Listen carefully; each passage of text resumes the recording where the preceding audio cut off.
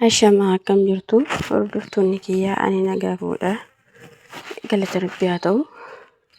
Warroonni baay'ee na bukkee dhaabbattanii warroonni jechaan gorsaan na bukkee dhaabbattan guddaa galatooma. Egaa har'as kunoo dhugaa Rabbiiti.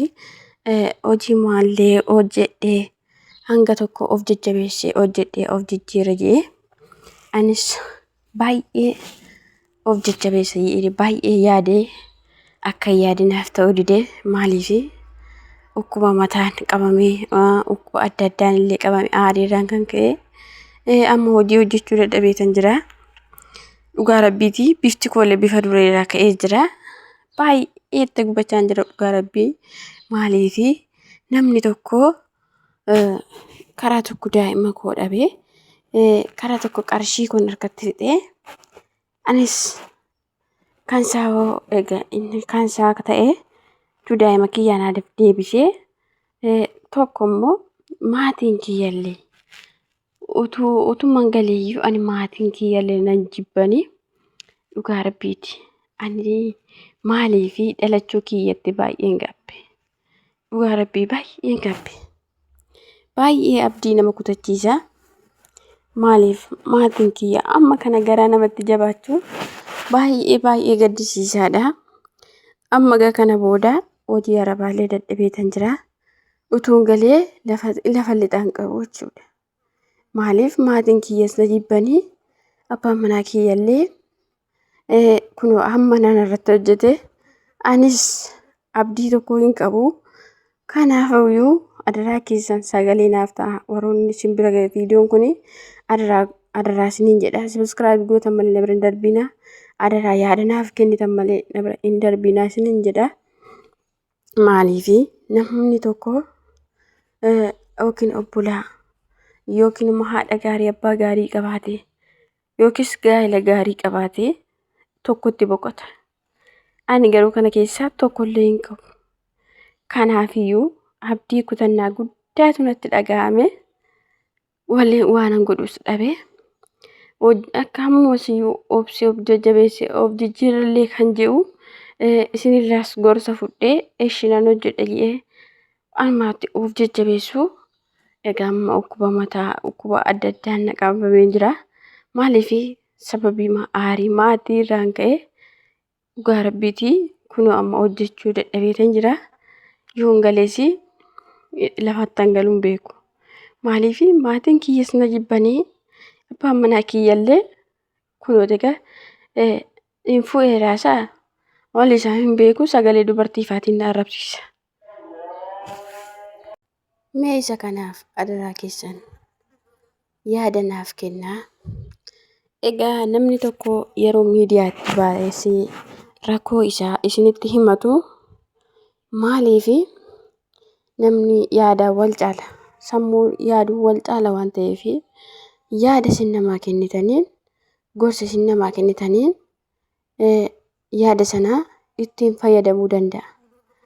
Kanaaf adaraa keessan warroonni viidiyoon kun simbira ga'e adaraa warroonni garaa laaftan nama gargaaruu beektanii adaraa keessan na bira hin darbinaa subscribe gootan malee. Kanaafuu adaraa keessan furmaata naaf ta'a. Ani furmaata dhabeen jira. Kana boodanii abdii tokkollee hin qabu. Maaliifi egaa maatiin illee akkam bineensaatti nama jibbuu jechuun ani carraa kiyya malee ani maatiin ofii akkasitti nama jahan jibbuu argees hin beeku. Dhugaa Rabbiiti ani argee hin beeku. Maaliifi maatiin koo dur akkas miti. Dhugaa Rabbiiti baay'ee na jallatu yeroo biyya jiru. Garuu ani biyya Arabaa deemee qarshii koo isaanis abbaan manaas harkatti fixee jennaanii har'a garuu akka sareetti na ilaalan. Har'a garuu nama galagalee na ilaalullee na dhabee. Kanaafiyyuu egaa anis obsee hojjetadhannaan dhukkuba adda addaan qabamuu kootis baay'ee abdii kutannaa guddaatu natti dhaga'ame. Maaliifi ani kana booda gaa of jiraachisus waan hin danda'u jechuun abdii kutannaa guddaatu natti dhaga'ame. Egaa ammas yookiin namni jajjabina tokkoon jiraata yookiin obboleessa gaarii yookaan immoo obbolaa gaarii yookaan immoo haadhaaf abbaa gaariitiin of jajjabeessee jiraata. Kan koo garuu jajjabinni tokko illee hin jiru. Yookiis abbaa manaa koottis hin boqodhu yookiis warra koottis hin boqonne tokko illee nan dhabe bakka. Adaraa keessan na bira hin darbiinaa. Adaraa dhugaa rabbiiti. Biyya galuufis walii wallaalee as taa'ee hojjechuufis immoo dadhabee walii sana wallaashisee jira. Garatti galgalu wallaalee tan jira. Dhugaa rabbii adaraa keessan falanaaf falaa adaraa isiniin jedha. Maaliifi namni tokko erga du'ee erga badee namaaf fala boo'urra namaaf waatuurra utuu namni sun jiru yaada kennanii fi jajjabeessu wayya adaraa keessan isiniin jedha. Maaliifi adaraa warroonni akka koo taatan barumsa isiniif haa ta'u. Namoonni viidiyoon kun isin bira ga'e adaraa bira hin darbiinaa barumsa isiniif ta'a waa'een koo. Maaliifi maatiin keessaa ba'anillee akkanatti yeroo nama jibbanii dhugaa rabbiiti. Bara kana gaa birriidha malee alli ofiisii amma birriitti nama jijjiiru jecha. Maatiin ofii birriitti nama jijjiiru. Warroonni biyya arabaa jirtan hundi keessan dhugaa rabbiiti. Maatii keessanittis of hin dagatiinaa. Abbaa manaan qabataniis itti of hin gatiinaa. Maaliif dhugaa waaqa. Kanaaf ani baay'ee kan na gaabbisiisu utuun akka nufeen qarshii koo hundatti wakee warra kooti jedhee abbaa manaa kooti jedhee utuutti birrii koo amma kanatti hin balleessine ta'ee ani yoona kana kooreen jiraadha ture. Sammuu koo nagaan jiraadha ture. Garuu ani maatii koodha jedhee hin rakkatu jedhee bakka otoo achi asiitii as jiru maatiin koo akkamitti rakkata jedheen ani keessaa ba'anii jijjiiramanii misgaanaa naaf kennuunse. Garuu isaan birri isaanii amma nyaatanii gaafan maraadhe gaafan sammuu dadhabee gaafa abbaan manaa waan akkanaan irratti hojjete immoo maaxachas nutti deemtanaan jedhan. Dhugaa rabbiiti maaxachas deemtaan jedhanii. Kanaaf dhugaa rabbii ani maatiin kuni an akkas namaan jedhu jedhee hin yaadne maaliifi dhugaa rabbii haa umtiin altillee akkas naan jettinaan dhugaa rabbiiti. Maaloo dhugaa rabbii maaloo gaaffii natti ta'e dhugaa rabbii. An akka bineensa caakaa keessaatii baheetti qofaa akkasatti nafe dhugaa waaqa dhugaa rabbiiti akkasitti nafeen. Maaloo dhugaa rabbii maaloo furmaata naaf ta'a. Waliisas wallaalee baqqaani. Kana booda ani abdii tokko illee hin qabu dhugaa rabbii. Maaloo an akkasaas wallaalee maaliifi maatiin ofii akkamitti birriitti nama geeddara dhugaa rabbiiti. Maaloo dhugaa rabbii birriitti nama jijjiiru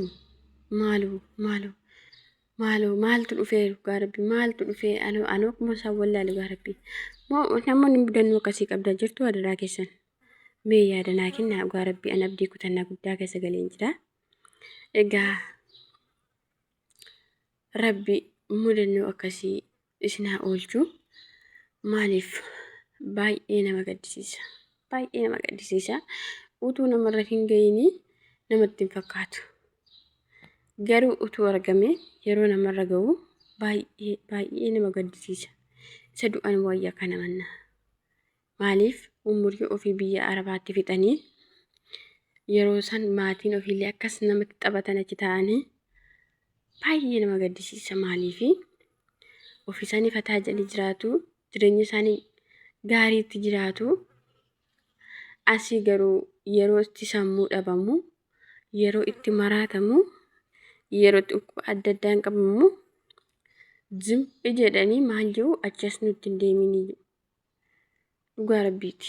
Egaa hammaatiin kiyya akkas naan jedhanii orma sabakkee mana orma sabakkee naqamoo moo eessa naqaree dhugaa rabbiite kan.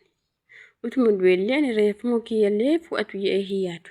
Dhugaa rabbii maaliif akka ta'e hin beeku. Waan itti maatiin koo akkana na jibban ani hin beeku dhugaa rabbii. Anaan waliin wallaashisee jira. Adaraa keessan warroonni biyya arabaa jirtan barumsa isiniif haa ta'u. Amma dandeessan birri keessan kaa'achuu yaalaa. Maatii godhattanii haadha koo obbolaa godhattanii abbaa godhattanii dhugaa rabbii itti of hin gatiinaa dhugaa rabbiiti.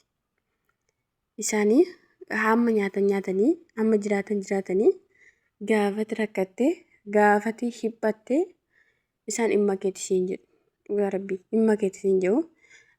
Karaa biraallee utuu uummata isaanii tan boqodhatte galtee jireenyi koo baqa yoo isaan jijjiiraman hin jijjiiramatte dura kan isaanii gootee fi ofii boodatti deebi'a jettee illee isaan maal godhu gaafa utuu uummatti galtee utuu rakkinni tokko sirra ga'ee galtee deebitee rakkina keessa isa duraa sanatti galta. Maaliif sin gargaaran isaan dhugaa rabbii.